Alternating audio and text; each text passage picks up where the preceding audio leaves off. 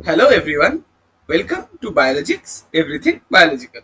आज हम लोग पढ़ेंगे मेम्ब्रेन ट्रांसपोर्ट के बारे में एंड मेनली फोकस करेंगे एक्टिव ट्रांसपोर्ट के बारे में। तो ये जो एक्टिव ट्रांसपोर्ट है वो काफी इंपॉर्टेंट है फॉर सीएसआईआर, नेट, गेट और बाकी सारे नेशनल लेवल एग्जाम्स के लिए। तो पहले देखेंगे कि व्हाट इज एक्टिव ट्रांसपोर्ट। तो एक्टिव ट्रांसपोर्ट वही है जिसमें हम लोगों को एक एनर्जी हम लोगों को खर्चा करना पड़ता है, means it needs ATP to do this transport, it needs energy to do the transport, तो उसी को बोला जाता है एक्टिव ट्रांसपोर्ट। तो देखो, इसमें तीन टाइप का ट्रांसपोर्टर प्रोटीन होता है, तीन टाइप का ट्रांसपोर्टर होता है।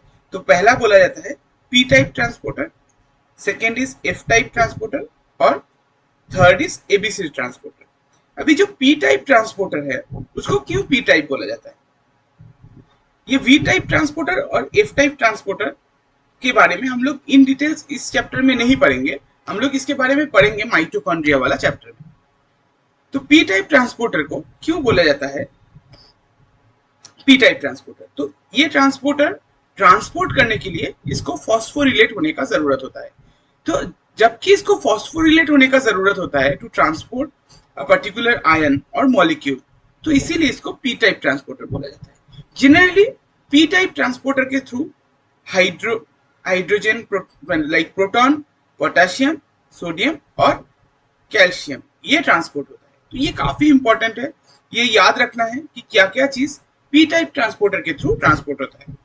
उसके बाद आता है एफ टाइप ट्रांसपोर्टर और वी टाइप ट्रांसपोर्टर।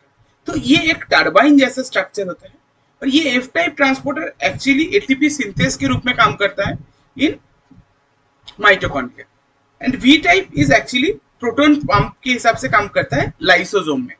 तो ये भी इंपॉर्टेंट है जब जो हम लोग लाइसोसोम और माइटोकॉन्ड्रिया चैप्टर में पढ़ेंगे। इसके बाद आता है एबीसी ट्रांसपोर्टर। तो ये एबीसी ट्रांसपोर्टर काफी इंपॉर्टेंट है, इसको बोला जाता है एटीपी बाइंडिंग कैसेट ट्रांसपोर्टर। तो ये ABC transporter is ATP binding cassette transporter, और ये क्या होता है, इसमें दो एटीपी मॉलिक्यूल लगता है कोई एक स्मॉल मॉलिक्यूल को ट्रांसपोर्ट करने के लिए।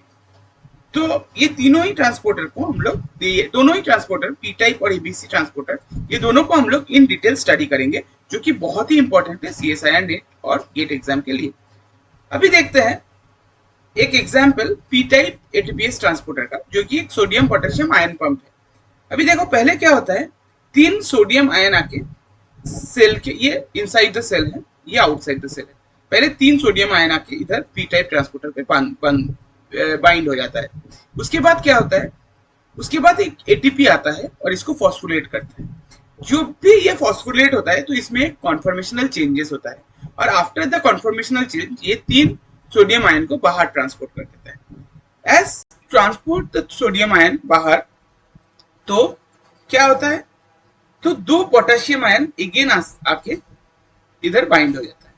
जब ये पोटेशियम आयन बाइंड होता है तो ये जो फॉस्फेट है वो डिफॉस्फोरेट होता है।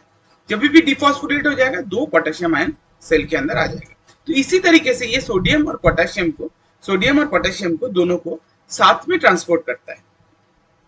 इसके बाद आता है और एक एग्जांपल, जो कैल्शियम पंप। अभी हम लोग सबको पता है कि कैल्शियम का क्या होता है, कैल्शियम स्टोर होता है सार्कोप्लाज्मिक रेटिकुलम में। It is a part of endoplasmic reticulum, smooth endoplasmic reticulum को बोला जाता है सार्कोप्लाज्मिक रेटिकुलम। तो ये सार्कोप्लाज्मिक रेटिकुलम में कैल्शियम स्टोरेज का हब है। लेकिन ये कैल्शियम ट्रांसपोर्ट कैसे होता है इन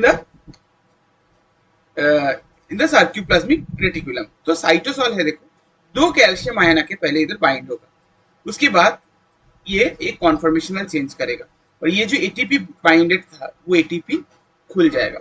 जब भी ये एटीपी खुल जाएगा उसके बाद क्या होता है, देखो एटीपी जाके एक एटीपी, तो उसके बाद क्या होगा, उसके बाद और एक एटीपी आएगा और फिर से बाइंड होगा।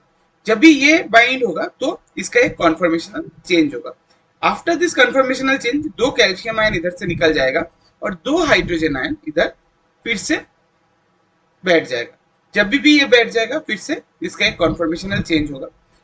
और ये कॉन्फॉर्मेशनल चेंज के बाद क्या होगा, ये एक फॉस्फेट फिर से, ये जो फॉस्फोरिलेशन हुआ था ये फॉस्फेट इमीडिएटली निकल जाएगा। जब भी ये फॉस्फेट इमीडिएटली निकल जाएगा तो फिर से 2 हाइड्रोजन आयन साइटोसॉल में चला जाएगा और उसकी जगह 2 कैल्शियम आयन अंदर आएगा।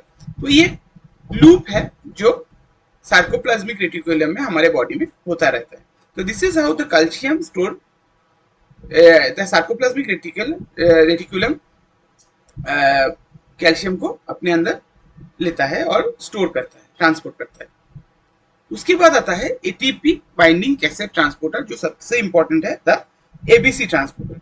तो अभी देखो एबीसी ट्रांसपोर्टर में क्या होता है, एबीसी ट्रांसपोर्टर में जनरली 2 डोमेन होता है, 2 ट्रांसमेम्ब्रेन डोमेन होता है और 2 न्यूक्लियोटाइड बाइंडिंग डोमेन होता है। अभी ये जो दोनों न्यूक्लियोटाइड बाइंडिंग डोमेन होता है, ये एबीसी ट्रांसपोर्टर में ये ऑलवेज साइटोसॉल साइट में रहता है। तो क्या होता है, ये बैक्टीरिया में है, देखो 2 एटीपी मॉलिक्यूल जाके जब भी इसमें बाइंड होता है तो इसका कॉन्फॉर्मेशनल चेंज होता है, ये ओपन हो जाता है और आके ये एक स्मॉल मॉलिक्यूल, जो भी मॉलिक्यूल हम लोग लेते हैं वो मॉलिक्यूल आ जाता है अंदर और उसके बाद इसको अंदर ट्रांसपोर्ट करता है। तो इसमें बहुत इंपॉर्टेंट है, जो in eukaryotes the multi drug resistance protein 1 that is a P glycoprotein type transporter present in cancer cell generally involved in efflux of chemotherapeutic drug। अभी आजकल क्या काफी कॉमन है कि बोला जाता है कि जो कैंसर सेल्स है वो केमो रेजिस्टेंस डेवलप कर रहा है। तो केमो रेजिस्टेंस वो डेवलप कर कैसे रहा है, बिकॉज ये कैंसर सेल के अंदर में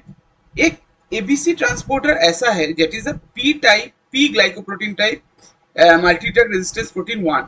वो क्या करता है, जब भी हम लोग कोई ड्रग देते हैं सेल के अंदर, वो क्या करता है, वो जाके उसको इफ्लक्स कर देता है और कैंसर सेल ऐसे सरवाइव कर रहा है।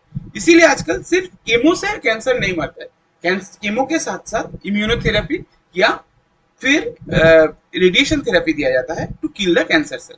अभी देखो ये स्मॉल मॉलिक्यूल इधर आ गया, ये स्मॉल मॉलिक्यूल जब भी इधर बाइंड होता है तो क्या होता है, 2 एटीपी आके इधर बाइंड हो जाता है और जब भी 2 एटीपी आएगा फॉस्फोरिलेट करेगा तो क्या करेगा, इमीडिएटली इधर इसका ट्रांसपोर्टर ओपन हो जाता है, इधर ट्रांसमेम्ब्रेन डोमेन ओपन हो जाता है और ये ट्रांसमेम्ब्रेन डोमेन से इधर स्मॉल मॉलिक्यूल चला जाता है और इस स्मॉल मॉलिक्यूल जाने के बाद वो फिर से जब भी ये एडीपी बन जाता है तो इमीडिएटली एटीपी जब भी इसमें रिलीज हो जाता है तो ये अपना पुराना कॉन्फर्मेशन ले लेता है।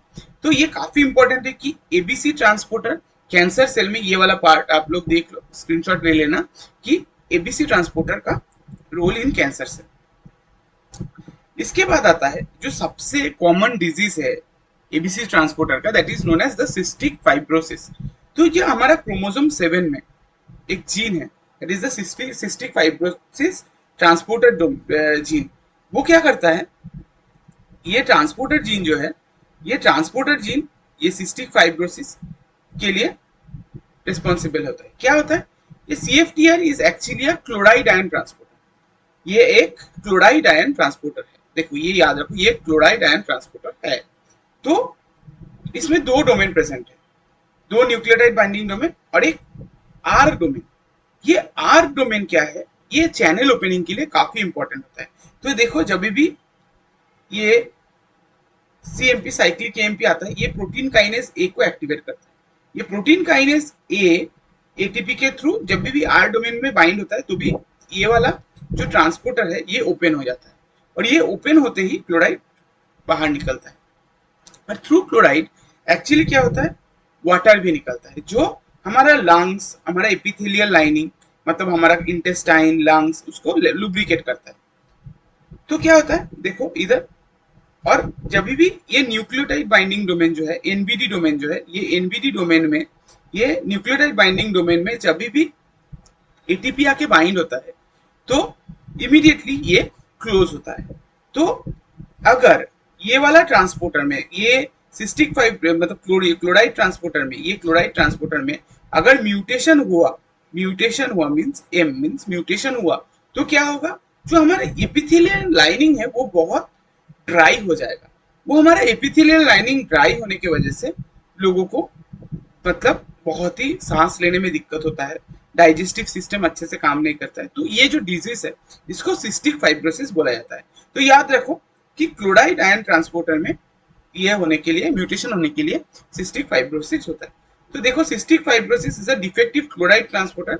The hallmark of the cystic fibrosis is defective chloride transport in affected epithelia including sweat duct cells, respiratory tract. ये बहुत ही इंपॉर्टेंट है।